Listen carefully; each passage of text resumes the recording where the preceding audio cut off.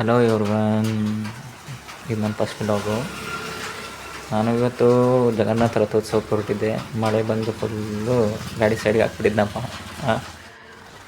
ಅಂತ ಸ್ವಲ್ಪ ಮಳೆ ನಿಲ್ತು ಅಂತಿದ್ದಾಗೆ ನಾವು ದೇವಸ್ಥಾನ ಕಡೆಗೆ ಬಂದ್ವಿ. ನಮ್ಮ ದಾವಣಗೆರೆ ಕೋದಂಡರಾಮ ದೇವಸ್ಥಾನಕ್ಕೆ ಜನ ತುಂಬಿ ತುಳುಕ್ತಾಯಿದ್ರು. ನೋಡ್ತಿದ್ರಲ್ಲ ರಥೋತ್ಸವನ.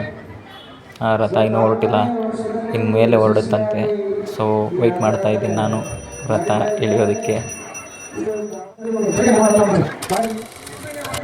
ಅಂತೂ ಗುರುಗಳು ಅರ್ಧ ತಾಸು ನಮಗೆ ಕೀರ್ತನೆ ಮಾಡಿ ಆಮೇಲೆ ರಥ ಎಳೆಯಕ್ಕೆ ಬಿಟ್ರಪ್ಪ. ನಾವು ಒಂದು ಕೈ ಹಾಕ್ಬಿಡೋಣ ಅಂತ ಹಾಕಿದ್ವಿ, ಎಳೆಯೋದು. ಅಂತೂ ನಾವು ಸ್ವಲ್ಪ ಎಳೆದ್ವಪ್ಪ ನಮ್ಮ ಜಗನ್ನಾಥ ಸ್ವಾಮಿ ರಥನ.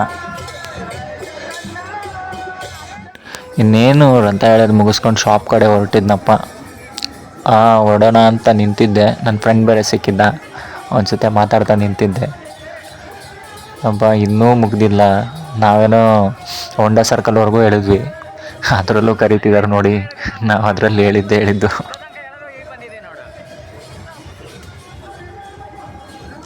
ಇನ್ನೇನು ಶಾಪ್ಗೆ ಹೋಗಿ ಮನೆಗೆ ಹೋಗಬೇಕು.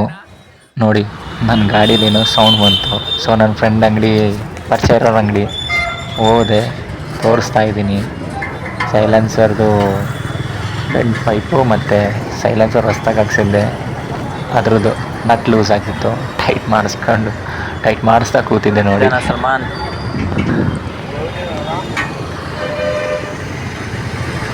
ಸೊ ಅಲ್ಲಿಂದ ಹೊರಟೋನು ಗುಂಡಿ ಸರ್ಕಲಿಗೆ ಬಂದಪ್ಪ.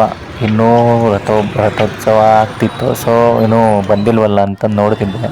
ಡಿಸೈನೆಲ್ಲ ಹಾಕಿದ್ರು, ನೋಡ್ತಾ ನಿಂತಿದ್ದೆ.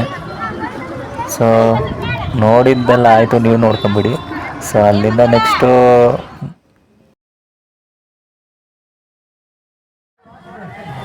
ಇನ್ನೇನಿದೆ, ಇನ್ನೊಂದು ಸತಿ ದರ್ಶನ ಮಾಡ್ಕೊಂಡು ಪ್ರಸಾದ ಕೊಟ್ಟರು. ಪ್ರಸಾದ ತಿಂದ್ಕೊಂಡು ಸೀದಾ ಮನೆ ಕಡೆ ಬಂದಿದ್ದಾಗಿತ್ತಪ್ಪ. ಇಷ್ಟೇ ನೋಡಿ ಇವತ್ತಿನ ಜೀವನ. ಜೈ ಜಗನ್ನಾಥ್. ಸೊ ವ್ಲಾಗ್ ಮಾಡ್ಬೇಕು ಅಂದ್ಕೊಂಡಿದ್ದೀನಿ ನಾನು. ಸೊ ಇಷ್ಟ ಆದರೆ ಲೈಕ್, ಸಬ್ಸ್ಕ್ರೈಬ್ ಮಾಡ್ಕೊಳ್ಳಿ.